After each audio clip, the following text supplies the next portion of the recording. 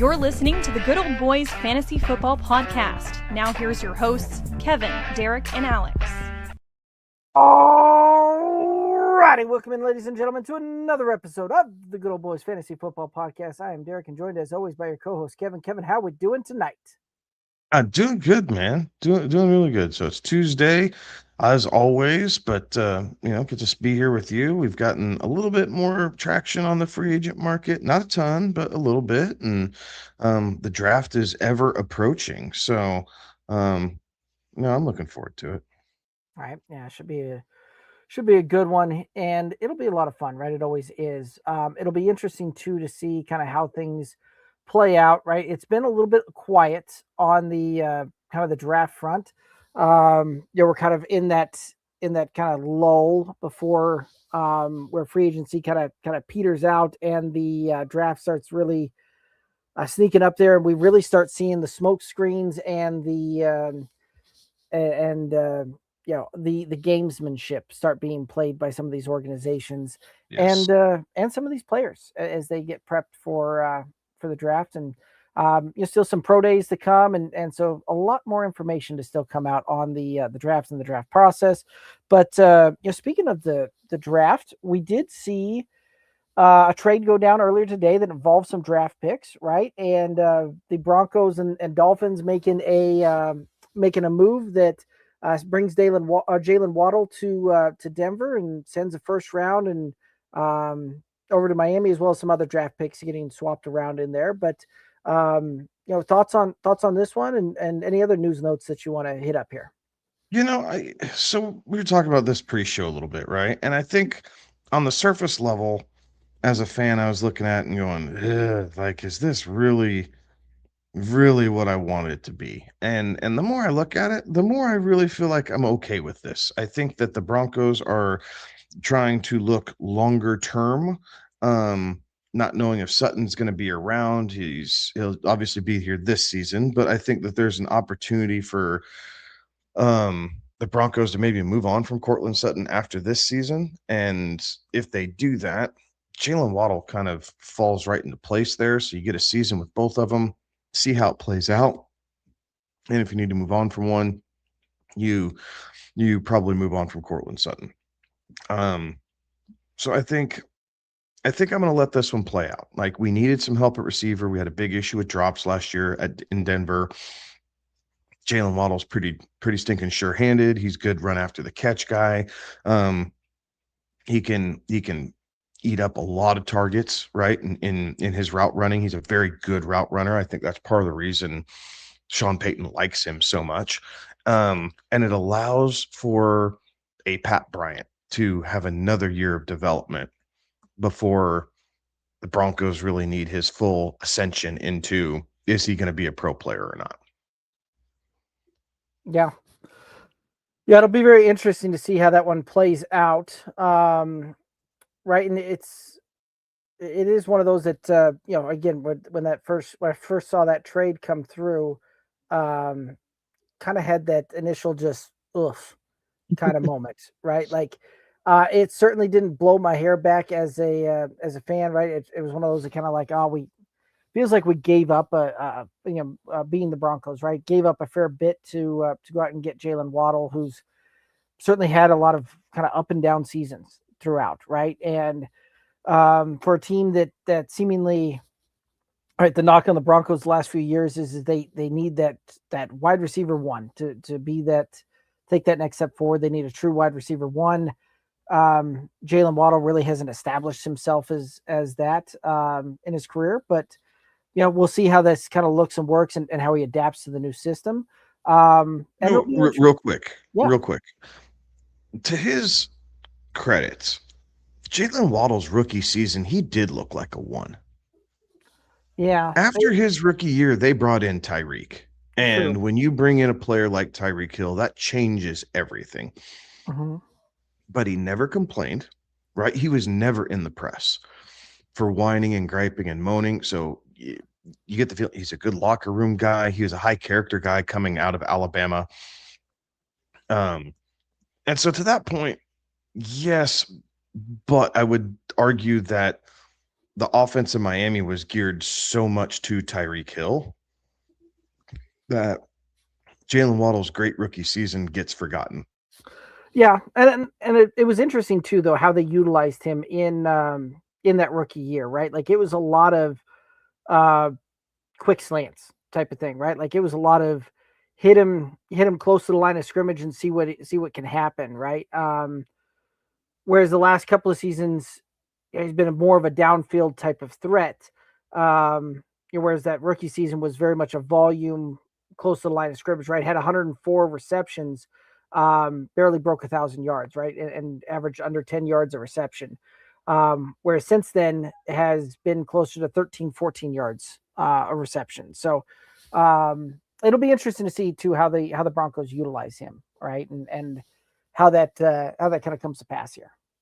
Yeah, he's not that big body that Michael Thomas was, right? And Michael Thomas is the easy comparison because that's Sean Payton, Right.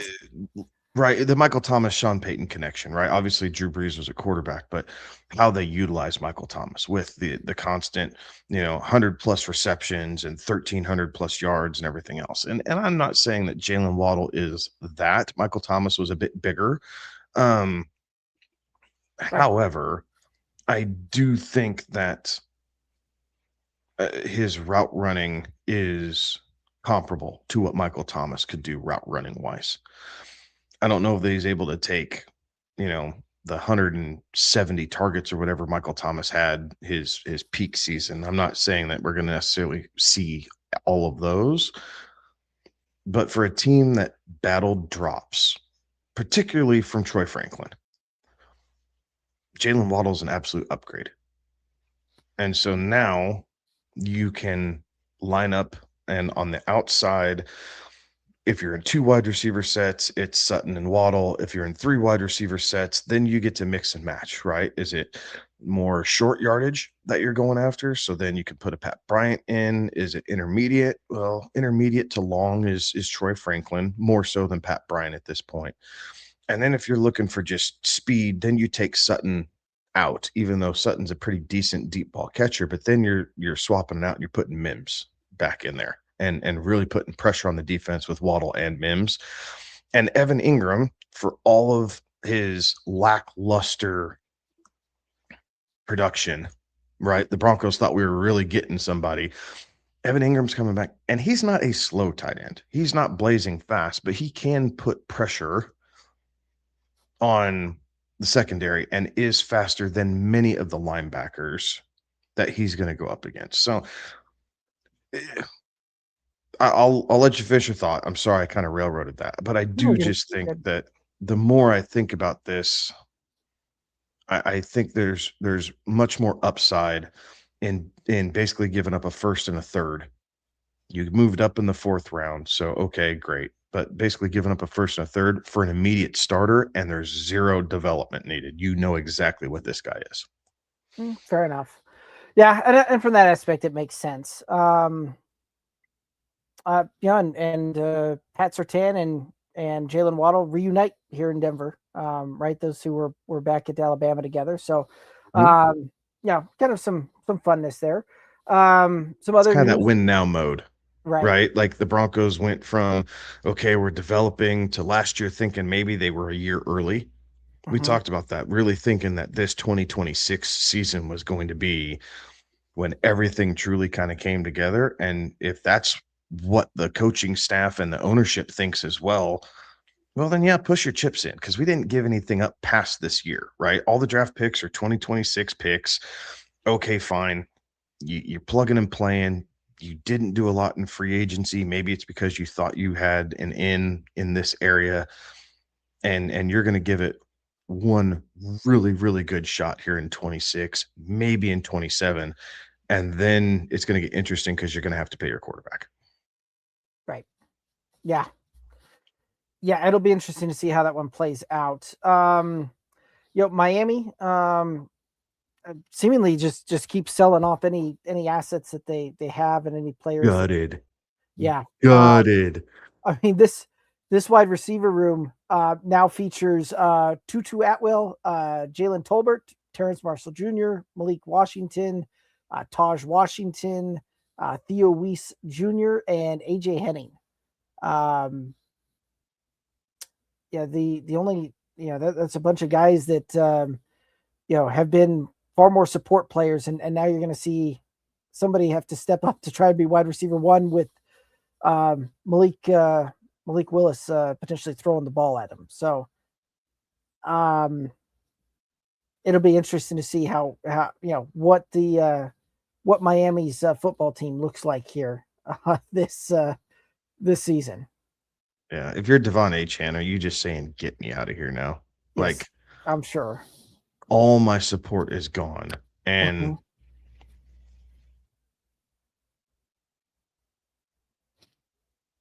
for a team that just gave away everything. Quarterback, top 2 receivers, my kicker, my punter, my head coach, my GM, like 2 pass rushers.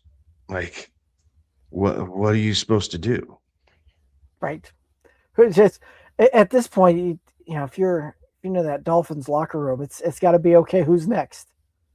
Right. Yeah. And a quarterback who will run far more than Tua. So all the check downs are not going to be there.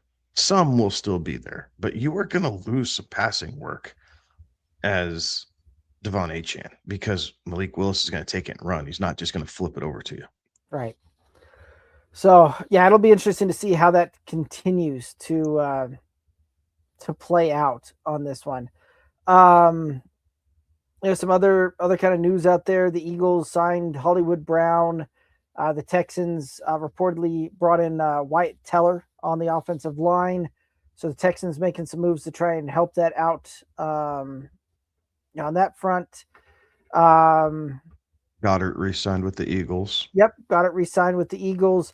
I saw some news about the Chiefs have traded for Justin Fields. Haven't really seen that fully finalized. It just last time I saw it was still kind of in that reported stage. Christian Kirk heading to it was a 6th. Oh, that's what it was. Okay. So yeah, the Justin Fields traded for a 6th. And then the Niners signing Christian Kirk to a 1-year deal as well. San Francisco just kind of seems to be saying, "Hey, Juwan Jennings is sitting here going, huh? They really didn't want me, did they?"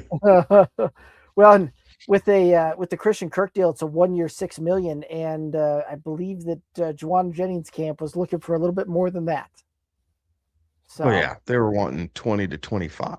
Right. So, that's one that I'm going to be interested to see how this kind of fully shakes out here with the with San Francisco and how that wide receiver room kind of fully shakes up and shakes out here as we kind of move through this offseason. So,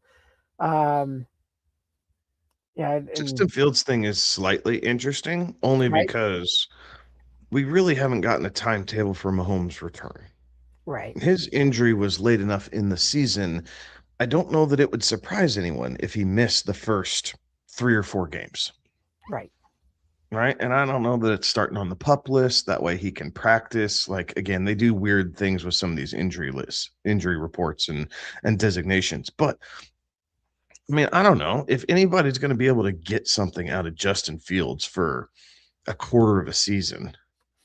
It's probably Andy Reid. Right. Like, look, here we go. We brought in Kenneth Walker to take some pressure off, not only Patrick, but, potentially Justin Fields as well. We brought Travis Kelce back. Like, we feel like we have, Rashee Rice and we have Xavier Worthy. They're not bad pieces. They gave up. I mean, their entire defense is gone. Like, I would be interested with the Titans releasing McDuffie. I would. Or yes, L'Jarius Sneed. Sorry, if I would be interested to see if he comes back on a, player or team friendly deal, and getting back to something that he's familiar with. So that one might be a little interesting. But I mean, outside of that, I don't know. I mean, the Chiefs look gettable on defense. So right. surely the thought is, right? If you're looking at that going, okay, like we're probably going to be giving up 20 to 23. So we got to consistently get to 24 to 27. Right. And, see if they open up the playbook here a little bit. I don't know. Right. Yeah, they've got to do something, right? We do have a comment coming in here. Trent over on YouTube saying Juan, it's got to be Juan Jennings can end up in Miami, and there'll be the one Willis going to need some help. Maybe Miami still hasn't, even after shedding all of those contracts and making the maneuvers they have, they're still under. They still are above the cap. Like they do not have any free agency wiggle room on this one. So it'll be interesting to see how that one plays out. So part of the reason too makes me think that they're not done in Miami, right? When they're still over the cap, that they'll make some more moves to shed additional cap space. Yeah. So. Yeah. They're in a bad spot. So where's the teams? I mean, everybody else has some room now with the cap, but this is a team that has 2 first-round picks coming up here and is over the cap. Like this is going to they're going to have to make more maneuvers to try and get below the cap to before the start of the season. Yeah, that's going to be a challenge, right? They don't have too many players on their roster that give them a cap savings. No. And all of the dead money that they've taken on as well just does not help anything out there either. Yeah. I mean, it's going to have to be a combination of guys because they do have some guys towards the bottom of the roster that, they're veteran minimums, right? $1 million here, $1 million there, $1 million here, $1 million there. Like, they'll probably figure something out. But I mean, there's not any one piece that's left that looks like, okay, here's where the savings are. Right. But yeah, the God, what a desolate roster. Right. Well, and with all the dead cap they have with Tyreek, the dead cap they have with Bradley Chubb, the dead cap they have with Tua, like there's really not any moves that and there's moves to be made, but like it's going to be tough sledding to try and get there. Much less put anything of note on the roster or put anything of note on the field next year. Yeah, you're looking at a bottom 3 team.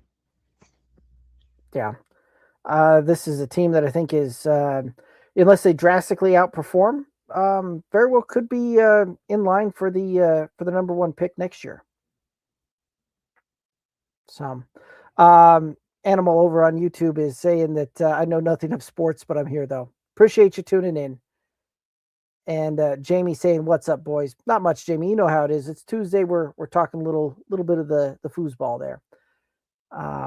Trent also saying that's crazy when talking about the Dolphins and their roster spots. So, oh goodness, yeah. If anybody doubts how desolate it is, pull up their roster, go to over the cap, right? I think that's both what you and I are kind of peeking at, right? And I'm actually looking at Spotrac right now, but same difference. Yeah, but just looking at these players, and you're looking at so many of these players, and you're going, "Who in the world is this guy?" Yes. You remember that movie Major League? Oh gosh, yes. Yes, the classic.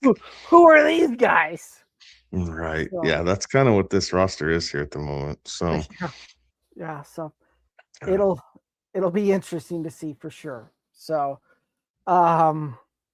yeah. Sorry, Dolphin fans. So, yeah, it's gonna be a long season for y'all. Yeah. Yeah. It may be a long couple of seasons with some of the ramifications of the dead cap continuing over some of these seasons as well. So what some of these NFL teams need to do though, like it looks ugly, and as a fan base, you don't want to see it, but the NFL, like you are either getting when you stay the same, you end up in purgatory, right? That's the Pittsburgh Steelers. Right. Is maybe you're good enough to get into the playoffs and then you keep getting knocked out, or maybe you're just on the door and so okay, you end up with the 20th overall pick or something like that because you're just outside the playoffs. Like you're not getting better that way.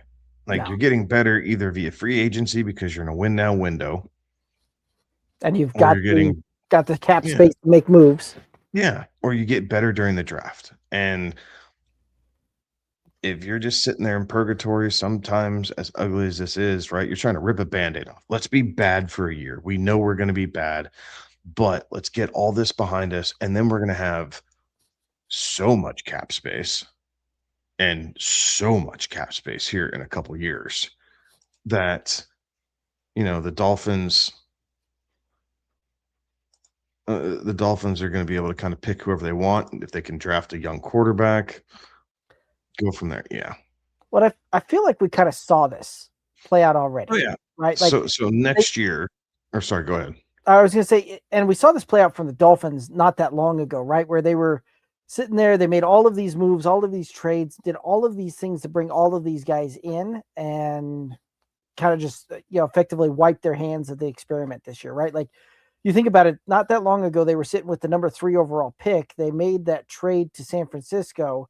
San Francisco drafted Trey Lance with that pick.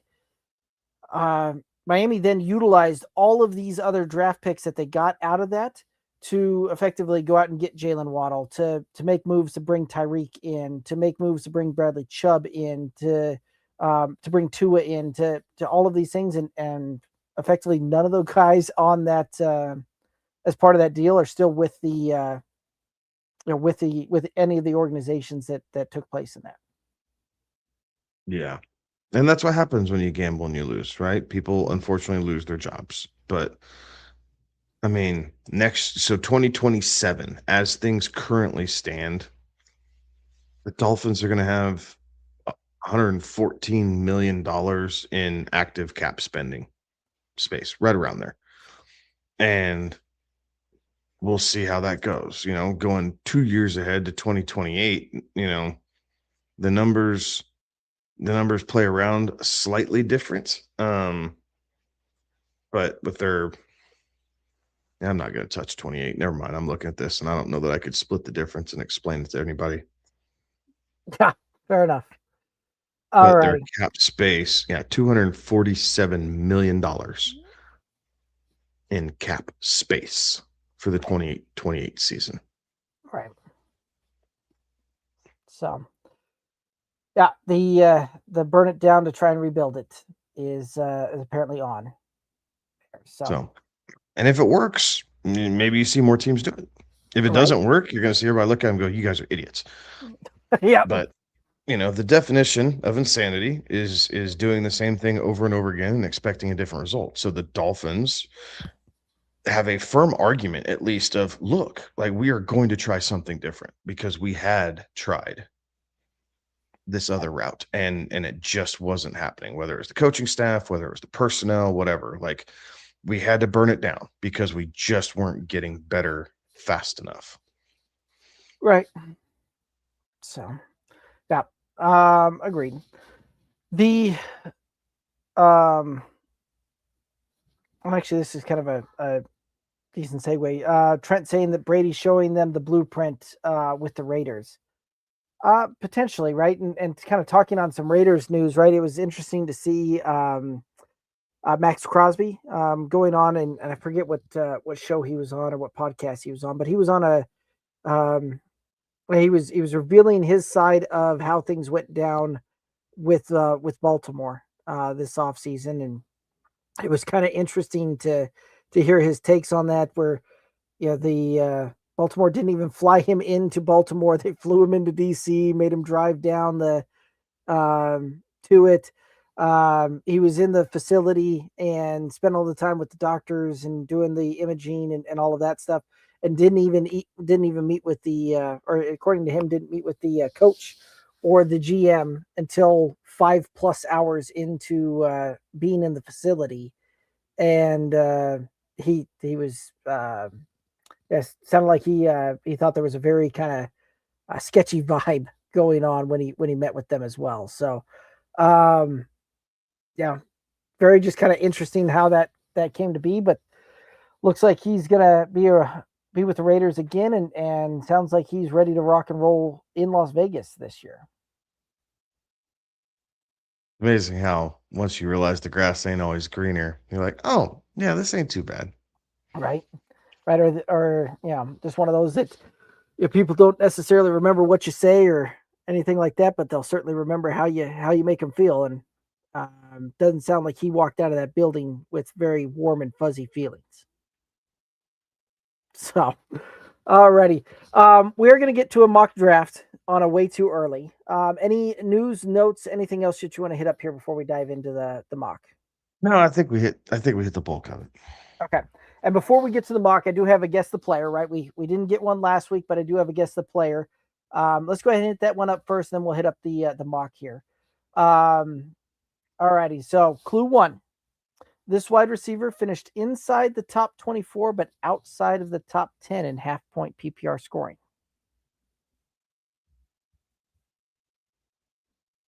Inside the 24, outside the top 10. So 11 for Got a 1 in 14 chance of getting it right. Stephon Diggs. Oh, good guess, but that is incorrect. Okay. Clue number 2. He was not among the he was not among the league leaders in receptions. JMO. Nope, not JMO. Good guess though. Clue number 3. His fantasy value came from a combination of yardage and touchdowns. Did not lead the league. Was not in the upper echelon in targets.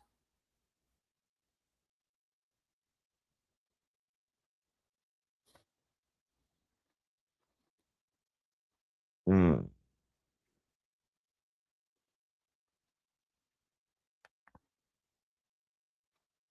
Vision touchdowns, not among league leaders in targets. Devonta Smith. I like the guess. Not quite. Trent does have a guess here as well, saying that it's Pickens. Pickens is incorrect. George Pickens finished was number 5 overall. So finished outside the top 10, but inside the top 24. I like the guess though. Clue number 4. This wide receiver profiles more as a down the field / perimeter receiver, more so than a slot volume type of option.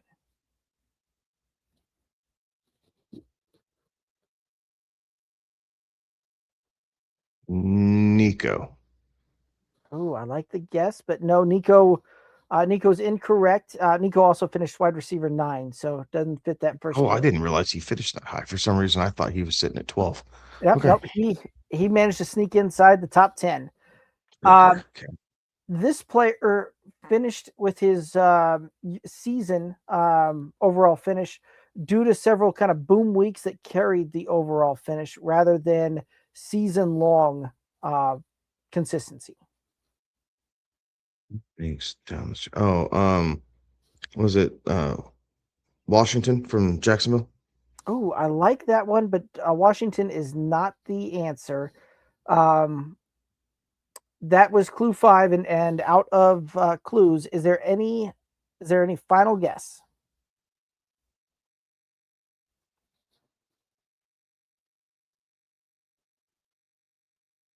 Wilson? Oh, I like the Garrett Wilson one, but no, it is not Wilson. No, the Cardinals. Oh, Michael Wilson. No, it is not Michael Wilson. I do like the thought though. The answer, Drake London. Okay. Okay. So, And he did. He came strong down the stretch. Okay. yeah, he ended up missing some time there that certainly affected his overall finish on that one, right? And so it led to kind of several kind of boom weeks in that. Now, had he been able to stay healthy the whole season and play the whole season, who knows, right? That he could have very well probably finished much higher than that, but missing those time did drag that one down a little bit. Alrighty, let's go ahead Very good. and and head on over to the mock draft then. And Trent had Higgins as a guest there. I missed his comment when it came in. It wasn't Higgins, but another good guess. Alrighty. So that was a good one. How'd that one compare to some of the previous ones, you think? I liked it. Like I felt like I was in the range, right? And again, I obviously didn't get it, but I felt like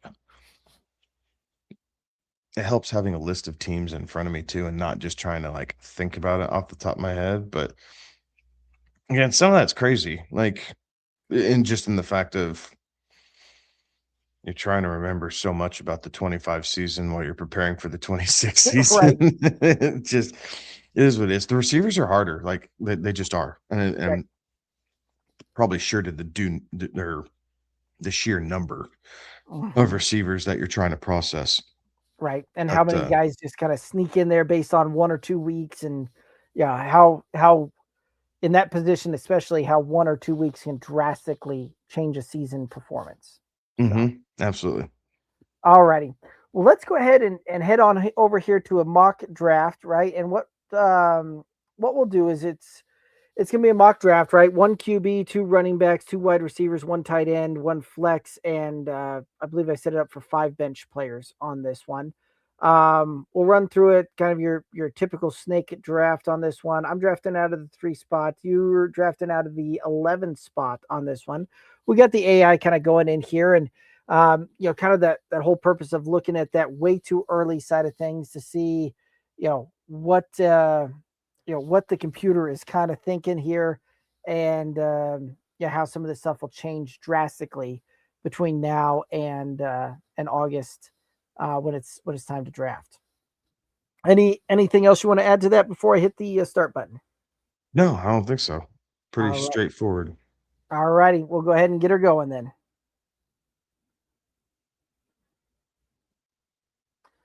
All righty. So team 1 takes Jamar Chase. Team 2 takes Jahmyr Gibbs. I'm going to go ahead and take a Bijan Robinson here with that 3rd pick. Yeah, you gotta like that. So Jefferson, I think that's kind of where things get at least a little interesting, right? Jefferson's off the board at 4. Saquon Barkley after a down year is coming off at 5. AI shenanigans at 6. We're not going to cover that. So CeeDee Lamb at 7. Christian McCaffrey at 8. Josh Jacobs at 9 is a little interesting to me. I feel like that's a touch early, but nevertheless, that's okay. So Ashton Genty at 10. So, I kicked myself out of the app. So here's where things get a little interesting, right? And kind of, oh, what the heck? Where things kind of differ. Sorry, Derek, it kicked me out. I'm getting back in. Yep, no worries. All right. Kind of where you want to set up your team here for this year. So I feel like there's a ton of good options out here at receiver. I think a guy that I'm really looking at kind of here in the back end of the first round, especially if no one's going to be grabbing him based off the offensive philosophy and kind of everything that's going on, is Amarian Hampton. And so I think I'm looking at Amarian Hampton as a very interesting proposition here, but ultimately I'm going to pivot away from this because I can't get away from Puka Nacua this late in the first round. I Right. just think that's a home run pick. Potential, top 3 overall receiver. So I love that. So then coming back here, after Puka goes, Amon-Ra St. Brown, Nico Collins go in the 12 and the 2-1 spot. I like that pairing. Like that's a really good combination. And so back into my court,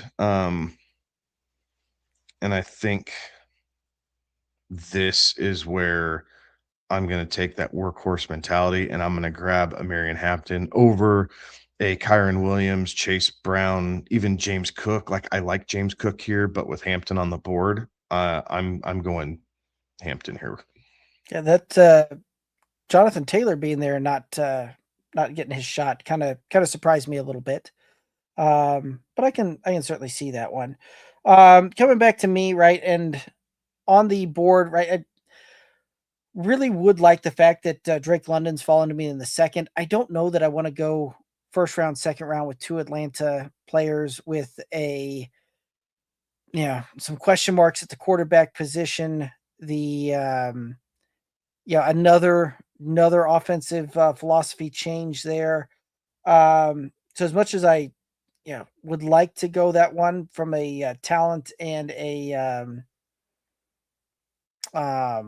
talented wide receiver side of thing, I think I've got to look elsewhere on that one. And there's not really a lot of the other kind of wide receivers that is showing there with AJ Brown, Brian Thomas, Cardell Tate, Lad McConkey.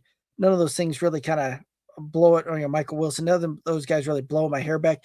However, JSN is still on the board, and I'm going to take a guy here in the second round that, again, quite frankly, as you put with Puka Nacua, has a good chance of finishing in the top 5 wide receivers, potentially top 3 wide receivers. So I'm going to go ahead and go that route. After that one goes, and I just lost myself on this one. Okay. See if I can't figure that one out. Interesting. Okay. Looks like we might be back here. That was fun. Oh, that's still not showing that. Why is that not showing?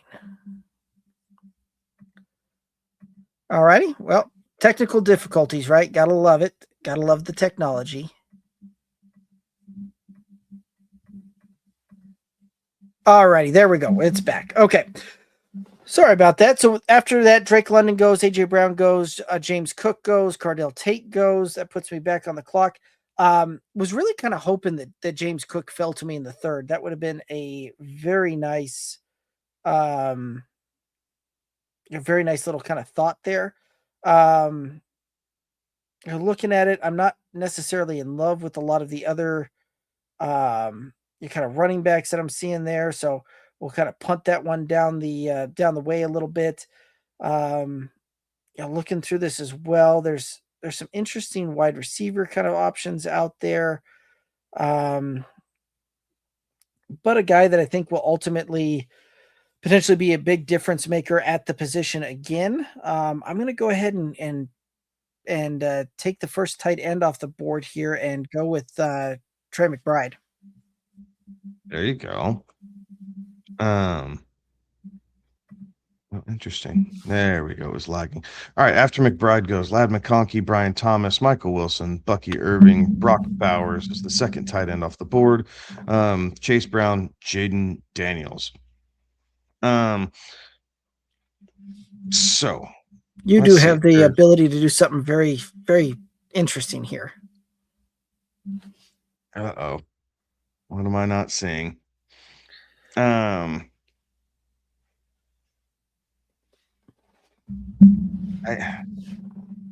think I'm taking Josh Allen here, honestly. That's what I was talking about. The fourth quarterback off the board. Give me the fourth quarterback off the board late in the third round. Like, if I don't grab him here, then I'm probably really punting the position all the way down to, Bo Nix, Dak Prescott type area, something like that. So for the sake of this, I'm going to take Josh Allen here and pair him up, or maybe not pair him up, but get him here on the team. So Jalen Hurts follows right behind. So we have 5 quarterbacks in the first 3 rounds gone.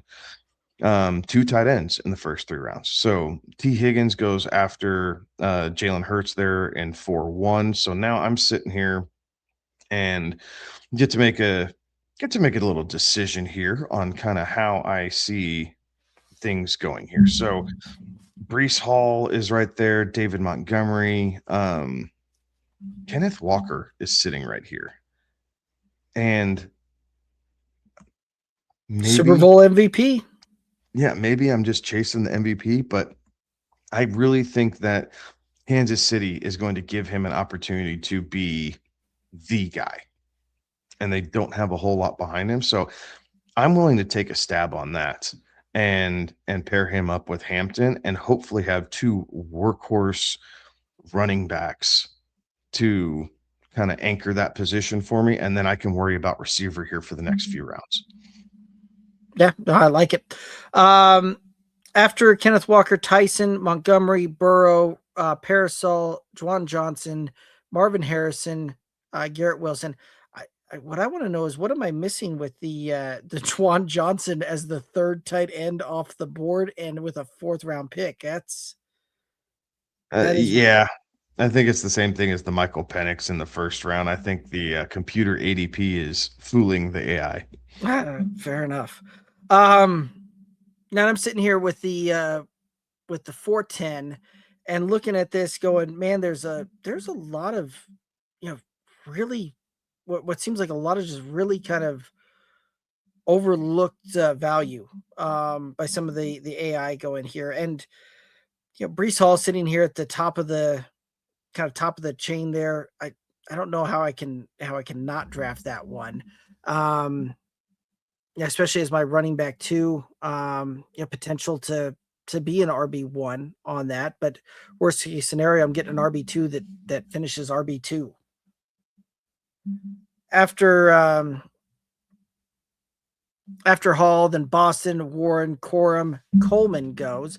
Some of these AIs are really loving their rookie options there. So that's fun.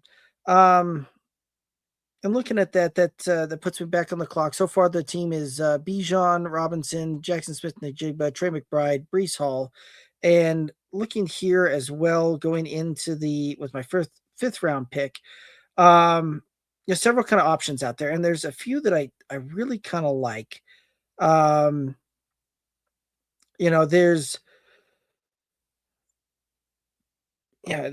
several kind of options out there, but one of the guys that really kind of piques the interest out there, and is a guy that's going to be returning to his team that he did lots of really good things on this past season. I'm going to go ahead and take George Pickens as my wide receiver 2. Yeah, I like that. I was starting to eyeball him and see kind of what that looked like, and if I was gonna try and squeeze him into a similar position. So I like that pick. So Travis Hunter goes after that. Again, AI goofiness with Pat Bryant. Then Kyle Monangai seems crazy early for Kyle Monangai. Travion Henderson, Tet McMillan. I really like Tet there. He was a guy that I was eyeballing. Christian Watson, Xavier Worthy. So, okay, so I still have some options here on how things are going to play out. I like Rashee Rice. I'm really contemplating taking Rashee Rice here, and following it up because there's a couple wide receivers that I truly like here. So it's just a matter of how I want to play it. And I think I have a little bit of time on the other ones. So I'm going to go Rashee Rice and go back-to-back Chiefs players. Casey Concepcion and Michael Pittman go after that at 5'12" and 6'1". And then I'm going to pair this up with a Chris Olave. And so I feel like I have 3 true number ones as my wide receivers here for pass catchers. No, I like that. Olave was the next one on my board for the on coming back. I didn't I thought he'd probably sneak back to me, but you saw that he would not. So kudos to you on that one. Do like that that call and that pick there. So that does put me in a back on the clock. Little bit of tilt because I really wasn't looking past Olave. So yeah, let's take a look here and see kind of who else we can we can see. There's some other guys out here that are still I feel like some good value at the wide receiver, especially being a wide receiver 3 on the position, right? One of the guys kind of standing out there, Devontae Adams. You're not necessarily the workhorse that we've seen in the past, but this is a red zone threat that Matthew Stafford's been looking for, and certainly could be a great option there. Roma Dunze, another guy that certainly you would expect big things from this year, being that potential wide receiver 1 in Chicago with DJ Moore getting shipped out of town. And Mbuka is another guy that kind of stands out there, right? Mike Evans no longer in town. Tampa Bay kind of seeming to start making some moves there, but I think I am going to go ahead and lean on the Rome Odunze side for this pick here. Alrighty. After that, Geno Smith, Devontae Smith, Bretton Strange, and Gadsden go on that one. That then brings it back to me. So far, the roster makeup is Bijan Robinson, Jackson Smith and Jigba, Trey McBride, Breece Hall, George Pickens, Rome Odunze, and putting me back on the clock here. And quite frankly, I'm kind of looking at this thing and going, there's a lot of really good options still. A guy that I think I'm going to end up pulling the trigger on is another Cowboy, right? It was a guy that we saw have a very good season last year and is returning to Dallas after being on that kind of 1-year prove-it deal. I'm going to go ahead and take Javonte Williams, running back. I like that. All right, let's see if I can get the app to not crash on me again. Okay, so Javonte Williams, Romeo Doubs, Tyler Shook, Emmett Johnson, Cortland Sutton, Jalen McMillan, Baker Mayfield, Jalen Waddle. All right, so we got some options here. Let's see what I got here in the queue. So this is a guy for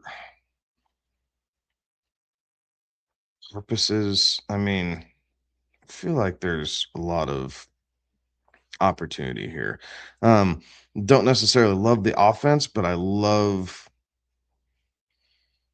the opportunity here, right? I'm looking at Quinshon Judkins, Zach Charbonnet, Derrick Henry, if I want to kind of round out, get another piece to that running back room, which I do feel like I need another piece or two here for running back. So I'm kind of looking through that a little bit. Buried down here is Derrick Henry. And I think for the sake of this draft, I think that's where I'm going to go and take a Derrick Henry coming off of a down year, yes, but as a third option, I don't feel bad about leaving him on my bench. And if I happen to deal with an injury or the matchup gets right, then I can turn around and plug him in. So I'm really kind of leaning that Derrick Henry route as opposed to a Quinshon Judkins because coming off injury. Yeah, so I'm going to lean Derrick Henry here. So we're going to play with this a little bit. So Derrick Henry, price. Wow, your board moves so much faster than my phone does. There we go. Skylar Bell. And so now it's back into my court. For the sake of this draft, we're in the 8th round. I'm gonna leave tight end alone here for a minute. I think I'm just gonna leave that alone. So what I'm gonna do is I'm gonna take I don't know that I want. Yeah, I do. All right, I'm gonna go Zach Charbonnet here and kind of finish my running back room and kind of see where the rest shakes out for me. Okay, I like it. After Charbonnet, Mbuka goes, Fannin goes, Shaheed goes, Pollard, Reed, Singleton, and Adams. But I had several guys that just went on that run there that I had queued up there. But looking at it, I am in the kind of at that point where I feel like I've got some decent depth. At wide receiver and running backs, right? I've got at least somebody that I can plug and play, and I feel pretty good about my flex options week in, week out at this point. But I still do have a starting position that needs to be filled, and that's the quarterback. But at this point, I feel pretty good about some of the options that are still available to me. At this point, I believe this is the 11th quarterback that would be coming off the board. And I feel pretty good that Bo Nix can deliver a top 12 QB finish for the season. After Bo Nix, it's James Conner, Shadur Sanders, Chuba Hubbard, Quinshon Judkins, and that puts me back on the clock here. Looking ahead. And again, several kind of really good options, lots of good depth here, right? I could go back-to-back quarterbacks, really kind of round out that room, but with this having a very limited bench, I don't want to do that. It's kind of in that similar mindset with the tight end, right? Like Tyler Warren is sitting there, and that would be a very good kind of pickup especially for a tight end too. Kyle Pitts is out there, right? But again, right, these guys are I'm going to need them on a 1 week type of filler. So bye week type of fill in. So not looking to necessarily go that route. But there is another guy out here that, yeah, he had a injury shortened year last year, right? Only played 10 games, but here in the 9th round, I feel pretty good about plugging him in and seeing what happens here. I'm going to go with Terry McLaurin. Okay. Yeah. Lots to unpack from this draft. Tyler Yes. Warren goes after that. Bryce Young, Matthew Stafford, Ramondre Stevenson, Drake May, and Dak Prescott, and Justin Herbert, and Trevor Lawrence are all sitting on the board still. Like Right. this shows you how funky this is. And I apologize, my app has crashed on me yet again. It is not liking me this evening, so I'm jumping back in here. Dalton Kincaid goes, okay, so this kind of tells me that it's time, that it is no longer mess around with tight end. So we're just going to go ahead and take one. I'm going to take Colston Loveland here. I think he did some really good things with DJ Moore leaving town. I think his production can be pretty comparable to what we saw in 2025, which is good enough for what I feel like my roster needs. So I'm grabbing Colston Loveland. After that, Jared Goff, AJ Barner. And I'm gonna start to fill out my wide receiver room. I'm going Luther Burden, and that's a pretty easy smash for me. Coming into his second season, expecting a lot of big things out of him in Chicago. Yeah, no, I like that one. After that, Vidal goes, Stowers goes, Butte, Otten, Pitts, Addison, Benson. Puts me back on the clock, and there's lots of really good options here. I'm really kind of loving what's fallen to me this late, but I'm going to take a guy that had a bit of a bounce back year here this last year and is now in a new home. And with it being my 4th running back, I am perfectly willing to take that run on it and see what that ultimately looks like. But I'm going to take Travis Etienne. After that, Cooper. Late. Yeah, I like that. I am curious to see what this looks like in New Orleans between him and Alvin Kamara, but I like the pick. Right. As my 4th running back, I'm willing to take that shot and see how it plays out for the first couple of weeks, because who knows, there's a chance that now I've got a certified running back 2 to flex week in, week out, and a high end flex. And if it doesn't work out, I've got a guy that I can move off of as well. And, being the 4th running back that was drafted. So, yeah, I feel good about this roster overall. I am looking at this thing going, I could potentially use some depth, right? The roster so far: Bijan Robinson, JSN, McBride, Hall, Pickens, Adunze, Javonte Williams, Bo Nix, Terry McLaurin, and Travis Etienne. And looking at it, I almost feel like why not type of thing. But Sam Laporta is a guy that was burning up the tight end ADP not very long ago. I think we see a bit of a bounce back this coming season. So for some depth, I'm going to go ahead and pick up a Sam Laporta here. Not a bad stash. All right, so Laporta goes. Here we go. Chico Conquo goes. Zachariah Branch, Bernard, Cam Scattaboo, a guy that I was looking at there. Troy Franklin. There we go. Justin Herbert, Kyler Murray. If I didn't have Josh Allen here and really just about any other quarterback, I think I would go the Drake May route right here. But since I have Josh Allen, like I'm not going to do that. Like it's bad strategy to have 2 potentially top 8 quarterbacks and 1 top 5 quarterback, or however that looks, right, on your roster at one time. It becomes paralysis by overanalysis. So I'm going to pivot away from that. And let's see here. I'm looking at running back. DeAndre Swift is still there, which I feel like is massive bang for my buck, considering that Right. Kyle Monangai went in the 5th round. So I feel like there's some great value there if I want it to be. And then I flip over the wide receivers, and I feel like there's still tons of value. Mike Evans is still sitting there. Parker Washington is still sitting there. Jacoby Myers. I like all 3 of those guys a lot. And so I think there's still plenty of options when it comes to that. Ultimately,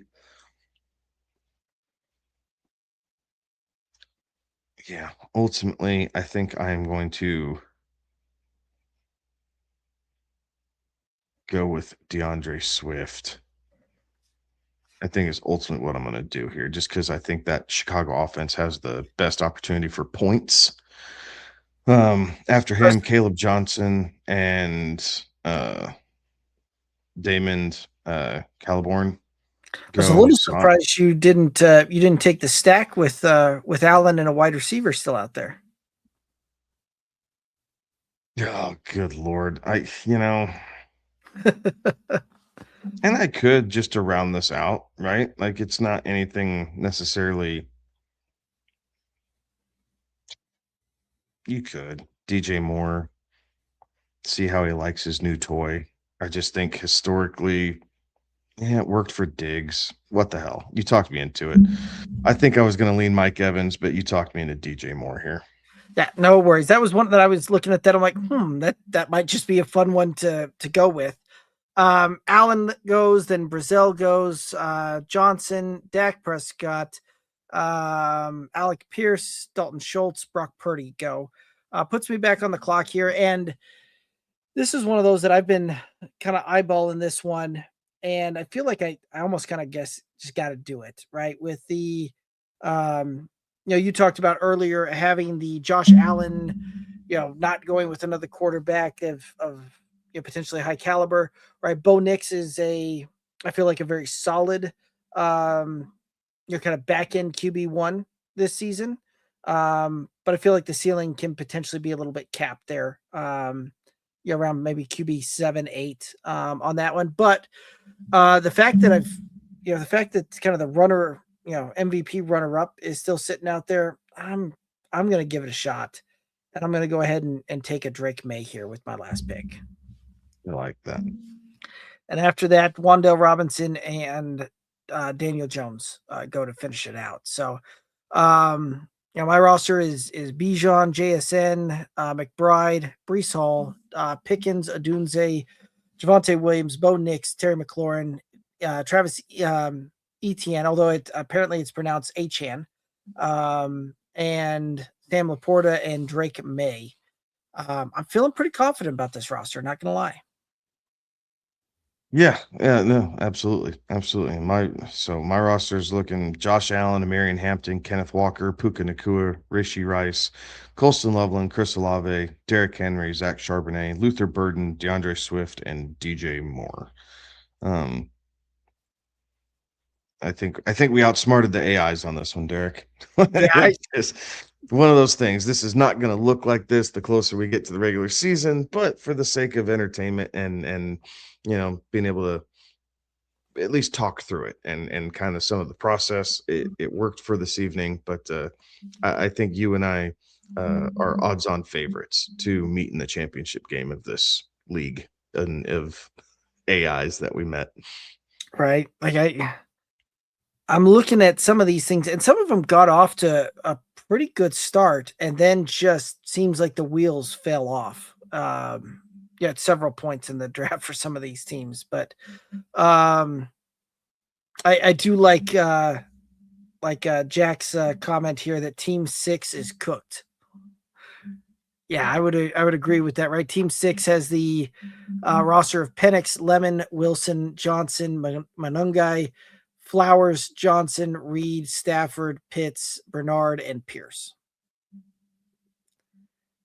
And that seems like a very potential easy weekly opponent there.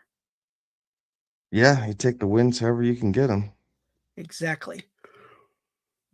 The one roster I don't mind 8. I don't mind that's 8. what I was just about to say too. Like there's at least potential in that roster, right? And you don't love how the flex position works, but Burrow, McCaffrey, Achane, Tet McMillan, and Jameson Williams isn't terrible. Brock Bowers at tight end, okay, fine. And then is kind of where it goes downhill. Jalen Right. McMillan, Rashid Shaheed, Tua, Butte, Troy Franklin, Theo Johnson. Like first strong half, weaker second half. Right. And zero depth at the running back position. So two guys that have missed time here over the last couple of seasons. You got nothing in the back, nothing to backfill that one. And so it'll be interesting to see how that roster would manage throughout the season. I was trying to see too if there's any others that really kind of stood out, and I'm not seeing it. Team 4, it got off to a hot start. They just didn't bother to draft another running back until the 10th round, and having Trey Benson as your second running back in a crowded, what would appear to be a crowded Arizona backfield. No, thank you.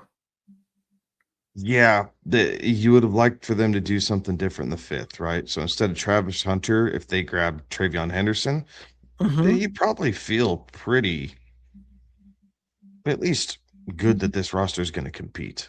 You'll see how it shakes out, but you feel that this roster can at least compete. But the fact that they kind of whiffed, apparently, or it looks like at least on that pick, it's going to make it tough. Right, especially with Travis Hunter.